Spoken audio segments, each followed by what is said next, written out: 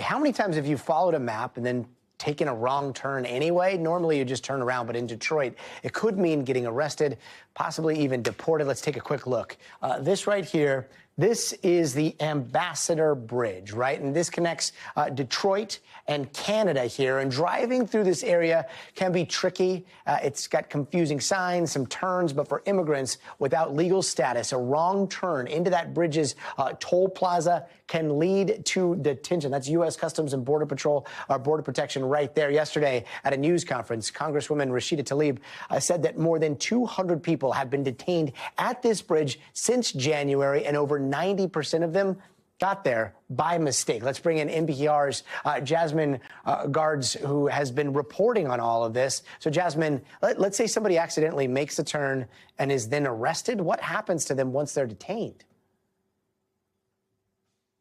So back in January, we started to hear tips about people who had made this wrong turn, ended up on the Ambassador Bridge at this kind of like CBP, Customs and Border Protection Plaza. And what we were hearing from were people who were being detained and held in office spaces that are right by the bridge. And we were hearing not just about undocumented immigrants, but also families. We were hearing about some families with U.S. citizen children. We weren't able to confirm anything. And then in March, we found out about a woman, a Guatemalan woman, undocumented, who was held in the office space for close to 6 days with her 2 U.S. citizen children, ages 1 and 5, with no access to a lawyer. And we were able to speak to her and confirm that this is what she had gone through. Has the White House or the Trump administration said anything about these recent arrests?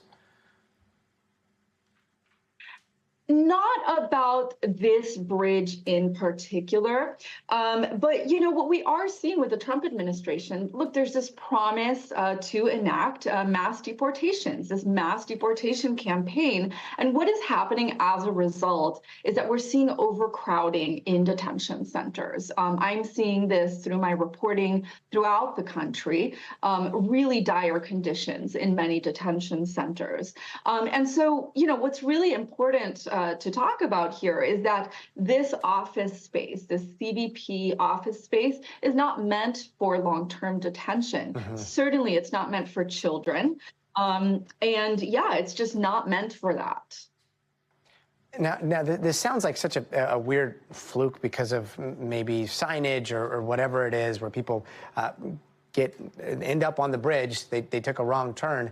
But I just hearing you talk, I start to think about all the different checkpoints throughout the Southwest, throughout any part of the southern border and the northern border. Do you have any reporting on whether we're starting to see increases on people that are being detained at those checkpoints in a much larger way than before? Yeah, I mean, it's interesting that you bring this up. During Representative Rashida Tlaib's recent visit, she visited these office spaces by the Ambassador Bridge, and she was told by Customs and Border Patrol protection officers that this situation was unprecedented, that they really haven't had to hold people in these office spaces. And so really, they're dealing with a situation that they didn't have to before. And, we started hearing about this situation at this bridge in January. Got it. Jasmine Garsd, incredible reporting. Thank you so very much for joining us tonight. Thanks for watching. Stay updated about breaking news and top stories on the NBC News app or follow us on social media.